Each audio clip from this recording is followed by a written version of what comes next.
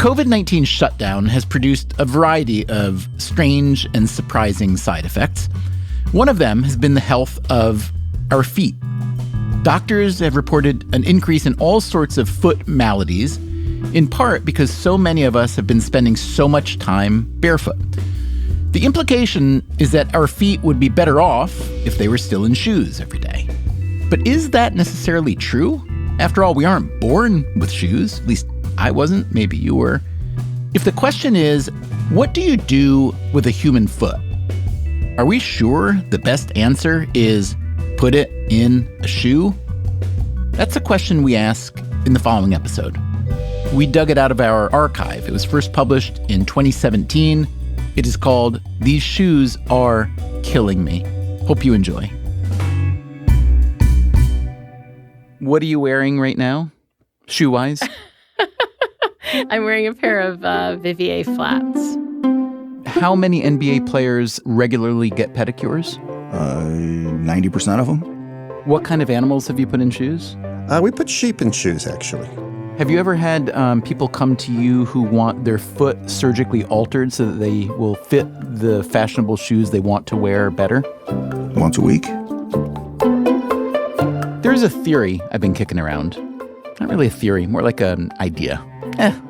Barely an idea. Let's call it an observation. The observation is this. Very often, when we see something that needs improvement, that needs correction, we respond with an overcorrection. You see this all the time with nutritional trends. You see it in politics and government, in a lot of the rules and regulations we draw up. You see it in human behaviors, large and small. Our sages have warned us against this. As one old saying goes, do not use a cannon to kill a mosquito. And yet, many of us are guilty of this all the time. So, rather than simply correct in measured increments, we overcorrect. That's my observation, at least. You don't have to agree, but I'm telling you this because I believe one overcorrection we've made has become so normalized that we've lost sight of just how extreme it is. You know, we do have that attitude because we think, it's natural to think the world around us is normal, right? We think it's normal to sit in chairs, and we think it's normal to eat breakfast cereal that comes out of a box, and we think it's normal to drive around in these little metal contraptions and take elevators and get on the internet. All of these things we think are completely, absolutely normal. And from an evolutionary perspective, they're not. And one of those categories is shoes. That's right, shoes. Today on Freakonomics Radio, the social and economic history of footwear, the history of walking and running, and what our modern shoe fetish may be costing us. I think that if you just added a few foot exercises to your daily routine, you might be playing cards before you know it. Yeah.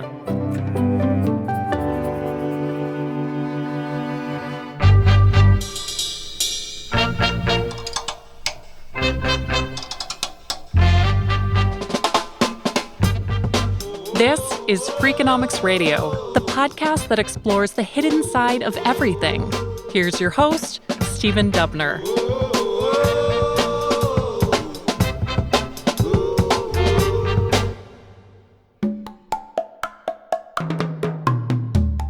Not long ago, I was buying a case for my new smartphone. It was a rubbery, protective case that also extends the phone's battery life. And I thought, what does it say about my smartphone that right out of the box, it needs this fairly substantial piece of add-on gear? And then, for some reason, walking out of the store, I had the same thought about shoes and feet. Do shoes represent some kind of evolutionary failure? Why does nature's most advanced biped need to supplement its own feet with such substantial add-on gear? People have been wearing shoes probably for thousands and thousands of years, but the kind of fancy modern shoes that we wear today are really quite unusual and haven't been around for very long. That's Dan Lieberman. I'm a professor of human evolutionary biology at Harvard, and it's sort of my job to look around the world and think about and how we use our bodies and think about what's sort of normal and what's abnormal. And that's not to say that everything that's abnormal from an evolutionary perspective is bad. I mean, I think a lot of great abnormal things that we do are terrific, like antibiotics and refrigerators and, sterile surgery. So where do shoes fit in? Probably helps to start at the beginning, or at least a really long time ago. So, when you walk around and see people most of the day, you see people just walking, right? Right. Human ancestors are thought to have begun walking upright, at least some of the time, about 6 million years ago. But it turns out that running played a really important role in our evolutionary history. Running was important because why? Because you can't really be a hunter without being a runner. This was long before any sophisticated weapons. For millions of years, the most lethal technology available to our ancestors was a sharpened wooden stick or a club. So how did this hunting happen? We have abundant evidence that what people did was run animals in the heat to a state of hypothermia. At which point, the animal would lie down and could be clubbed to death. It's called persistence hunting. The hypothesis really is that all these features, which range from having a spring in our feet, short toes, to having a big butt, Achilles tendon, for example, all these are novel features that humans have that enabled our ancestors to become long-distance runners who could then chase animals down into a state of heat stroke. And all that running was not done in Nikes or Onitsuka tigers. Remember that this new technology in footwear has only been around for about 5 or 6 decades. And yet we've been running for 2 million years in either bare feet or shoes that are extremely minimal. That's Irene Davis. I am a professor in physical medicine and rehabilitation at Harvard Medical School. I'm also the director of the Spalding National Running Center. Her view of feet and modern footwear? I think that we have lulled ourselves into thinking that our feet need cushioning and support to survive and to withstand the loads of walking and running.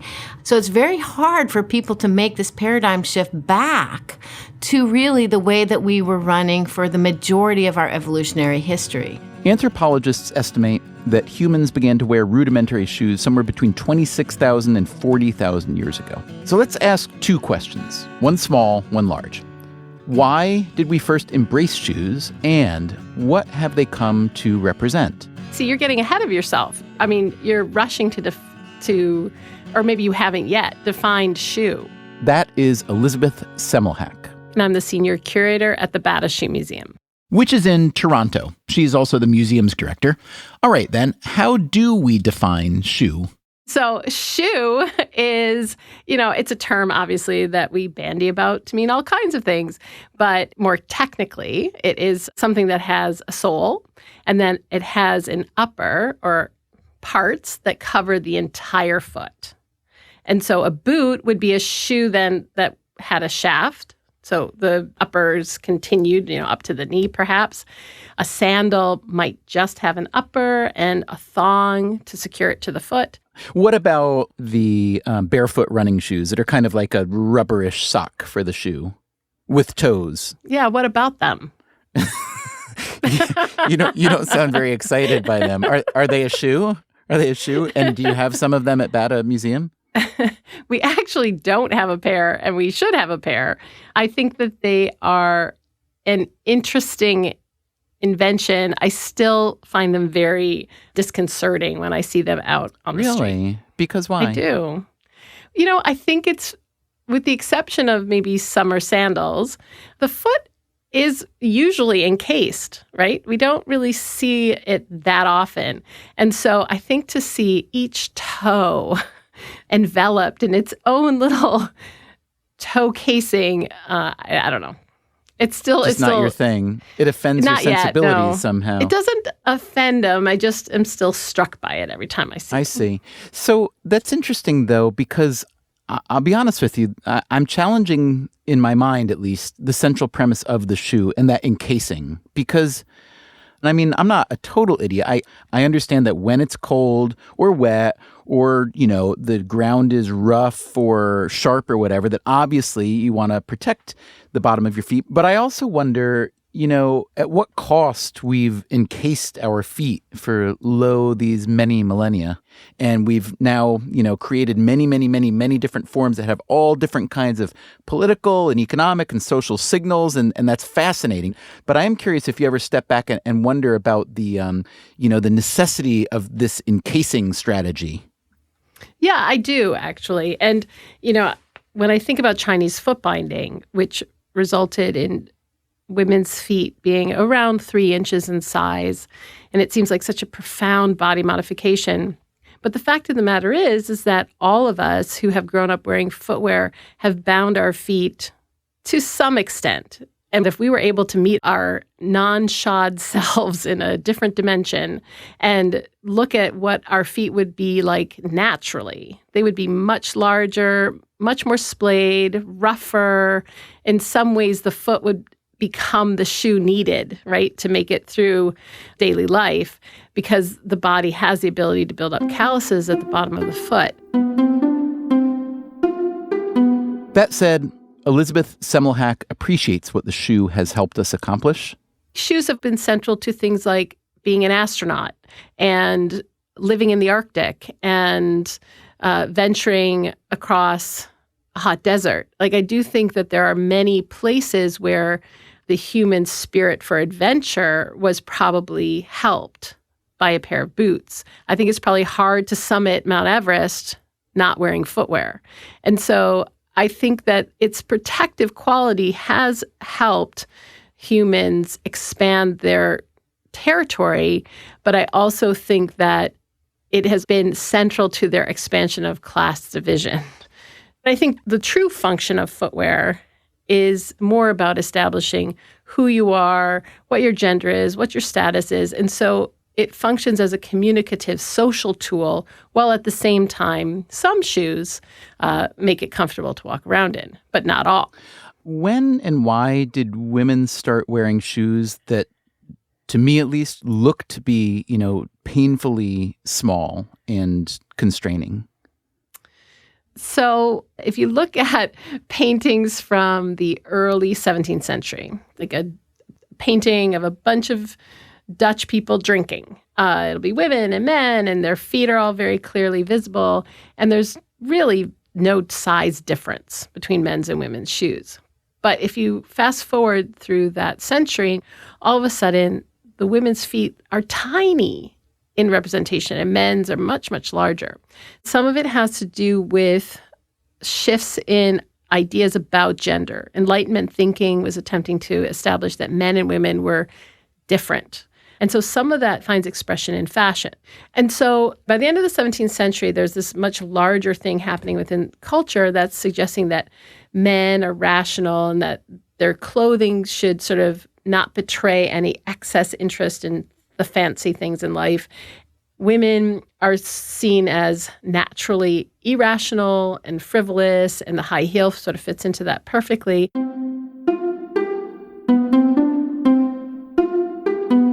The shoe, like just about everything we humans wear and use and do, is a hybrid of function and form. It's plainly useful, but part of its use lies in its ability to signal something about the person wearing it.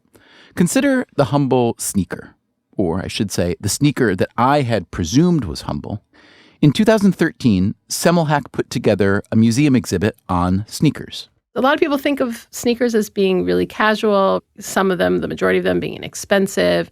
But what my research showed was that sneakers actually started out as objects of luxury.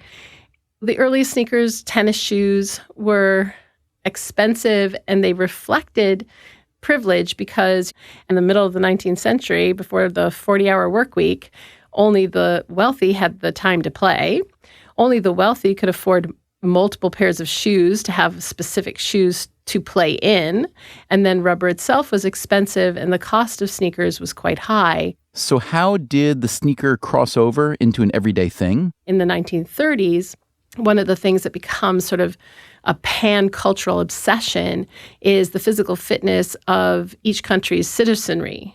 World War I had sort of proven to the world that there were not enough fit men to fight a war. And so as World War II was brewing, eugenics and ideas about racial superiority obviously led to fascist concepts, and countries around the world began to sort of insist that their citizens exercise, one, to prove physical superiority or ethnic racial superiority, but also to get ready for the next war. And so in many ways, it was this moment of fascism that democratized the sneaker. Speaking with a shoe historian like Elizabeth Semmelhack, you get the sense that every kind of shoe imaginable has a similarly winding history, like the sneakers, a similar blend of form and function, and, this is what I'm most interested in, a similar tally of benefits and costs. Sure. the evolutionary biologist Dan Lieberman. Just so you know, my perspective is I'm not, despite what people sometimes say about me, I view shoes probably much like an economist. There are costs and benefits to them, and I don't see them as being all good or all bad. I'm wearing them right now, for example. Why is Lieberman so insistent that he is not anti-shoe? Because he kind of has that reputation.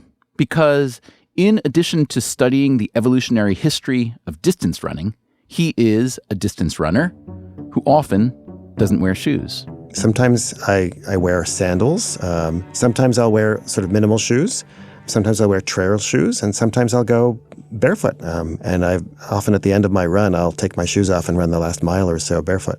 So describe what it's like to run barefoot, even just a mile. You know, it's funny. Most people are kind of afraid of the concept of barefoot running and that haven't tried it. But actually, it's a delightful experience. If you have, by some estimates, the fourth most innervated part of the body is the sole of the foot. You get lots of information about the world from the sole of your foot. And taking your shoes off can be, as we all know, an intensely pleasurable experience. I think the reason people are afraid of barefoot running is they think it will hurt. But what almost everybody discovers when they take their shoes off and start running is that you stop running in the same way. So most people, when they're wearing shoes, land on their heel. And you have all this cushioning in the heel that kind of makes it comfortable.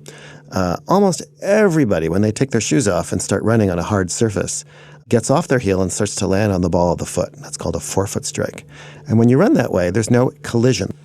And actually, it doesn't hurt. So barefoot runners don't mind how hard the surface is. What they care about is how smooth the surface is. So running on a smooth concrete asphalt road is like running on butter. The things that really hurt are, gravel, knobbly things with a lot of texture, until you have calluses.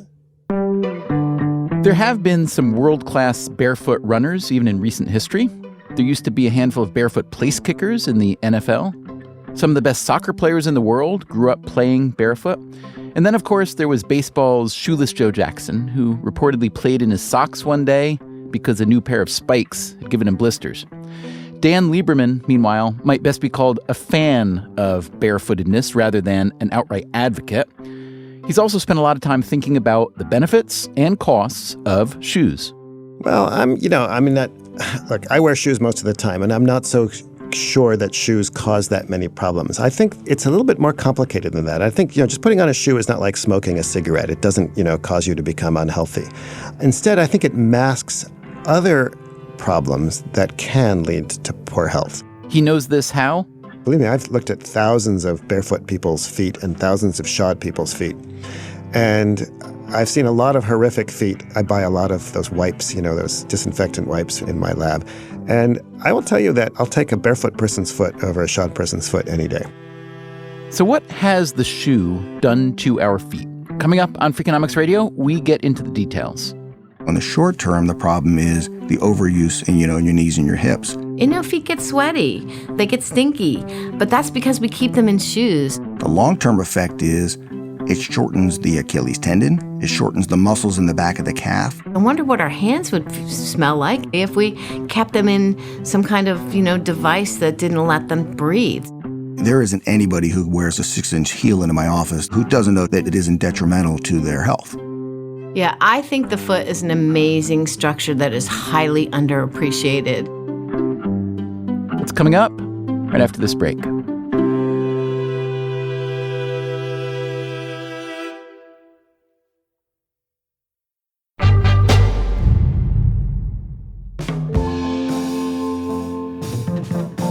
Our ancestors went barefoot for many, many years and happened to be great distance runners.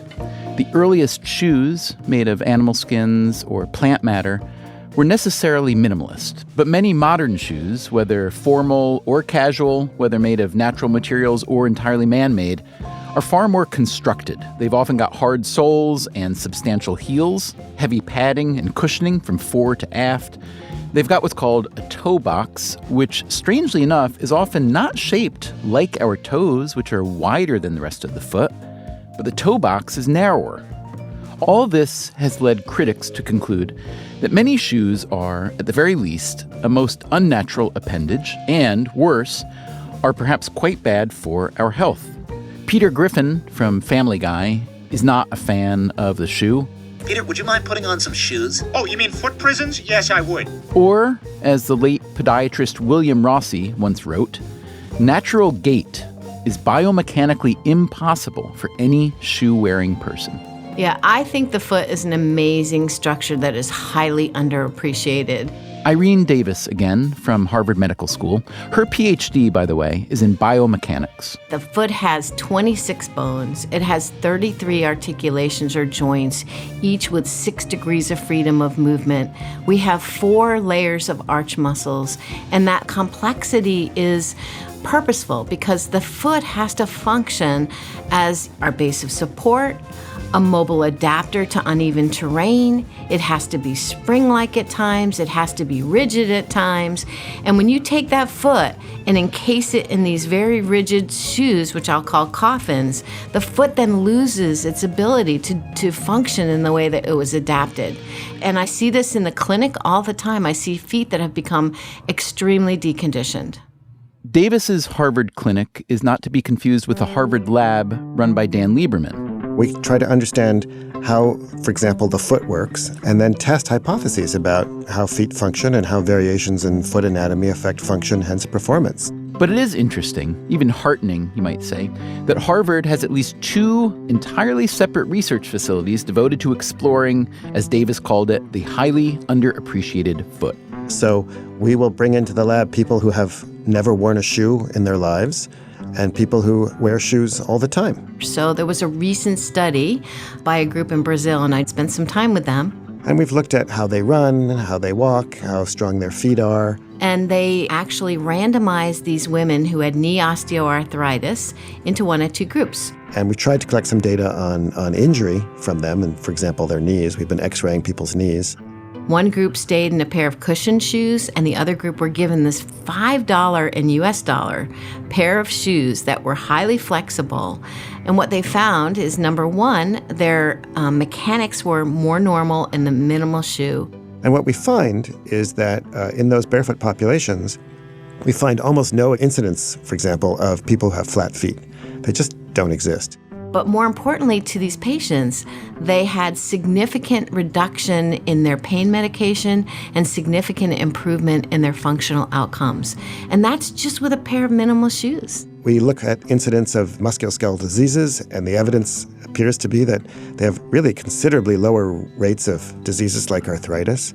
So it doesn't mean that these people don't have problems. Of course they do, but they have fewer problems, it seems, in their feet and their knees and possibly also their hips. It's interesting because in the beginning, I really didn't think footwear mattered. And as time went on and my thinking evolved, I started to understand how much footwear impacts our mechanics. Foot health can affect what's often called the kinetic chain. If you take someone who has run barefoot all their life and you put them in a pair of shoes, they're very likely, when they're running without shoes, to land on the ball of their foot because it hurts to land on your heel. But if you put them in a pair of cushioned shoes, they will very likely transition to landing on their heel. And so that actually creates a cascade of events that happen up the lower extremity and up to the hip. When you have foot problems, that often causes knee problems, which cause hip problems. And we have, for example, an epidemic of osteoarthritis today. And one contributing factor to arthritis might be the kinds of shoes that we wear. That's a hypothesis. I don't have any data on that. So I'm going to suggest that when we put a pair of shoes on that has cushioning like that, it actually creates a mismatch between the way we were adapted to run, which is on the ball of our foot, and the way that we run today. That mismatch results in mechanics that we have shown to be related to injury. So there are a variety of diseases we call mismatch diseases caused by our bodies being poorly or inadequately adapted to novel environments. And they lead to problems that range from, flat feet all the way up to, really serious problems like certain kinds of cancers and heart disease and diabetes. And when we treat the symptoms of those problems, those mismatched diseases, rather than the causes, we allow the diseases to remain prevalent, sometimes become even more severe. So it's a vicious cycle that we create by using sort of cultural methods to not treat the symptoms of mismatched diseases. And then we've got shoe companies who are very much invested in the cushioning and the support and all of the technology that they put into shoes. What's happened is the shoes create a problem, and then they create other aspects of the shoe that then solve the problem and then tell you that that shoe is better. You know, Mother Nature was a pretty good engineer. So do all the shortcomings of the shoe mean that we should consider it, to some degree, a stupid invention? I think that shoes in general, the earliest shoes, were not stupid inventions at all. They were there to protect the bottom of our foot, perhaps when it was cold out or we had to go over rough terrain. So just to protect our foot, very much like most of the other clothing we wear.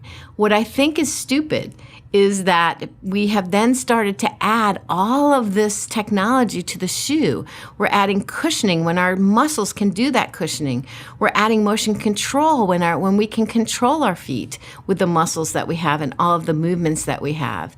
And by doing that, we're actually setting our feet back. I think the basic foot that we all inherited is probably a pretty good foot. And to me, the null hypothesis is that that kind of natural barefoot or minimal shoe is probably healthier than a more conventional shoe unless you can prove otherwise.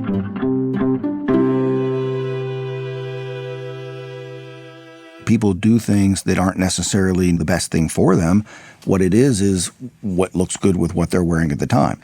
So getting over the fashion aspect of it is a very difficult thing for a lot of people. That is Howard Osterman. And I'm a podiatrist in the Washington, D.C. area. And you happen to treat a couple of sports teams, I understand? Correct. I do the Washington Wizards and the Washington Mystics. When Osterman says that getting over the fashion aspect of shoes is hard for people, you may have thought he was referring to women's high heels or men's dress shoes with their narrow toe boxes. He wasn't. He was talking about his basketball patients. You would think that they would wear, for their period of time that they're in the NBA or the WNBA, the most appropriate shoe that they can wear. Bottom line is they want something that is from a company that they want to wear it from in a style that they want to wear. I would think that in the NBA, foot health is hugely important and that there's a lot of things that can go wrong. Sure, and the players are interesting in that they really have one piece of equipment that they have to buy, and that's their shoes. And they really don't care what their foot structure and shoe company go with. They really will just, for the most part, take what is going to pay them the most for that, or what they can get for free. Really? They really do that? I always thought that if you sign a deal, then you basically have whoever it is, Nike, Adidas, Puma, custom make you for your foot at that level. That's not happening? You know what? The stars have that. But most of the time, now I would say we have probably 2 or 3 players that's for us, and there's 15 players on the team. So a lot of times you want to know what is my main job working with these basketball teams or with these sports, is that I basically strip the insides of their shoes and rebuild them with a custom insert. How many NBA players regularly get pedicures? 90% of them. So I'm curious, from your perspective, from the foot's eye view, whether the shoe on balance, whether there are more benefits or more costs. I think there's more benefits. Look, we've paved our environment. We work in areas that have, hard floors, and we do extensive walking. Most of us carry a little extra weight than we theoretically should. Our core strength is not what it was, 50 years ago when manual labor was more of an issue. So what happens is the shoes can be used for structural stability. They can be used for cushion and shock absorption. They can be used for protection against the elements. What share would you say of the problems that a podiatrist addresses are actually caused by shoes? I wouldn't necessarily say caused by shoes. I'd say exacerbated by shoes. What does it say, I guess, about evolution that we need this fairly complicated piece of add-on gear to walk properly when, in fact, we evolved as a walking animal? I mean, shoes tend to be a fashion statement. There isn't anybody who wears a 6-inch heel into my office who doesn't know that it isn't detrimental to their health. When you're in that higher heel, and anything really over 1.5 inches throws your body forward enough that it puts a lot of stress on the front of the knees. So the 4 muscles, the quadriceps that come in the front of the knee that attach just beyond the knee in the front of the shin, they have to fire constantly to give you some stability. Also, you will arch your back to try to keep you from leaning forward. So that combination puts stress on the knees and the low back. So the short-term effect is overuse where the muscles are just not capable of handling it. The long-term is it affects the entire mechanics of how a foot works. Have you ever had people come to you who want their foot surgically altered so that they will fit the fashionable shoes they want to wear better?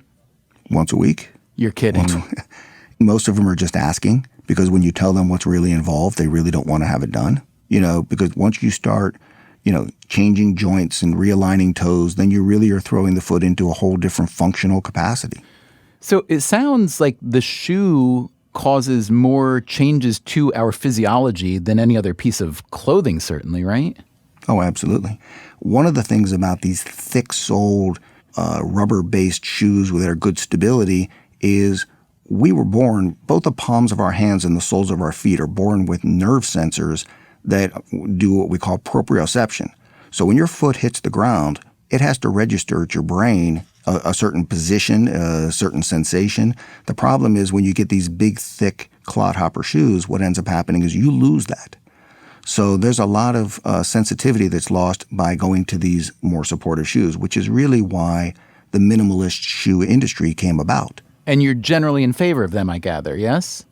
Absolutely. The problem is, again, we tend to carry too much weight and we don't have the mechanics that allow those lesser supportive shoes to not create things like heel spurs and plantar fasciitis. But is part of the problem when you say we don't have the mechanics, is that we don't have the mechanics because we've trained ourselves out of having the mechanics by wearing shoes? That's a portion of it. I think our population is living longer, so there's more wear and tear on the joints. So there's exercises you can do also to build the musculature. When we send people to physical therapy, they'll have them either picking up a towel, trying to grip a towel, or picking up marbles, trying to do that. Should everybody do those kind of exercises on a regular, maybe even prophylactic basis?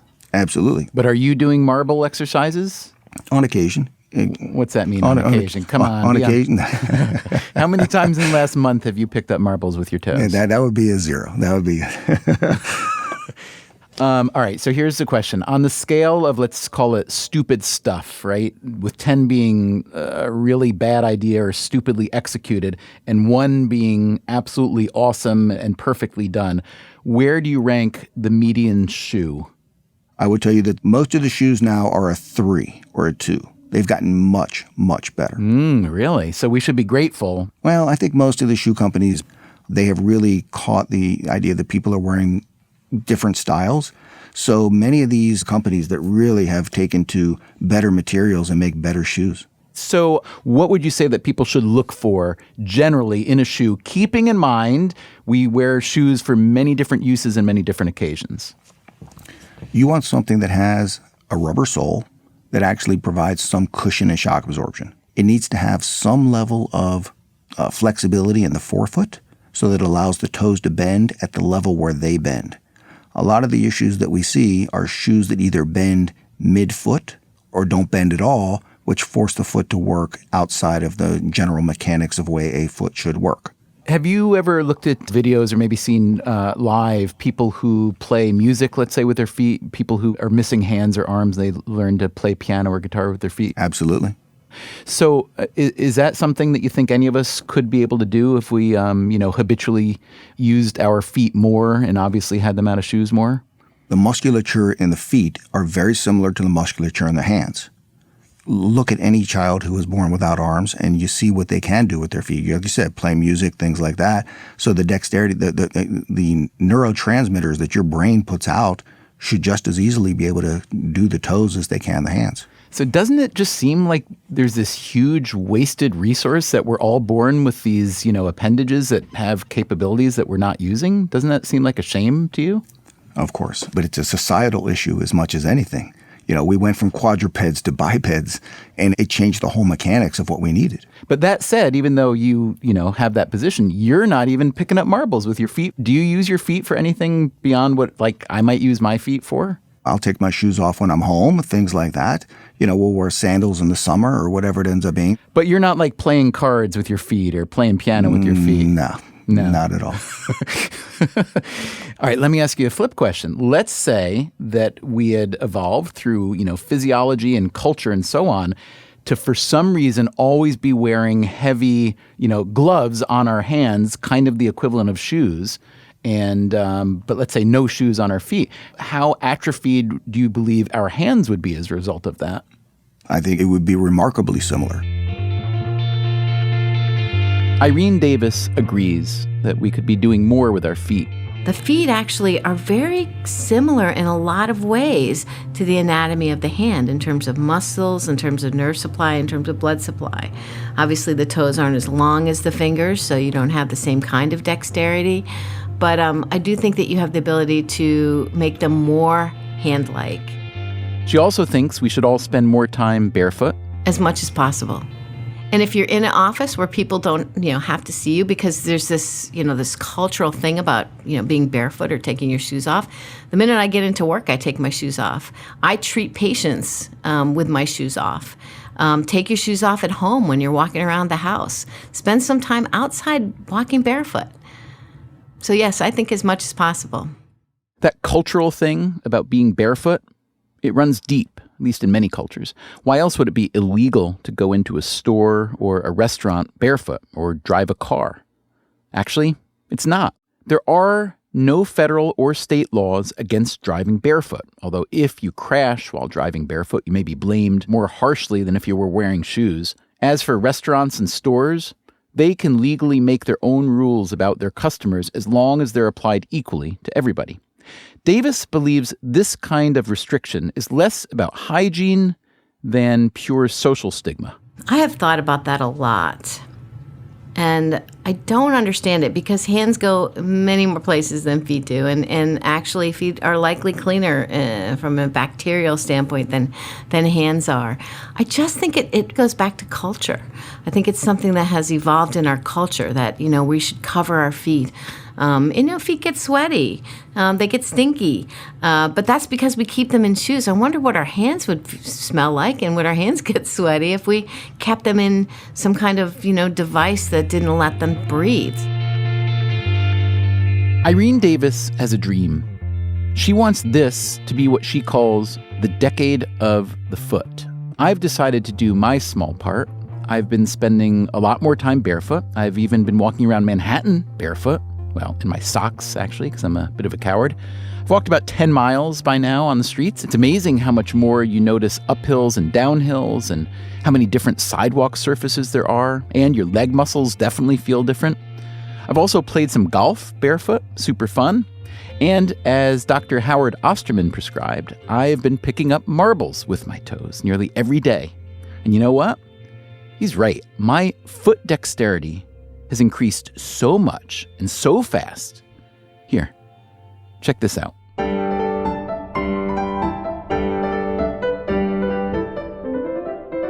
Not bad, huh? All right, that's not really me. It's my friend Beata Moon, a composer and pianist, playing with her hands. But I have learned to turn up the volume with my toes.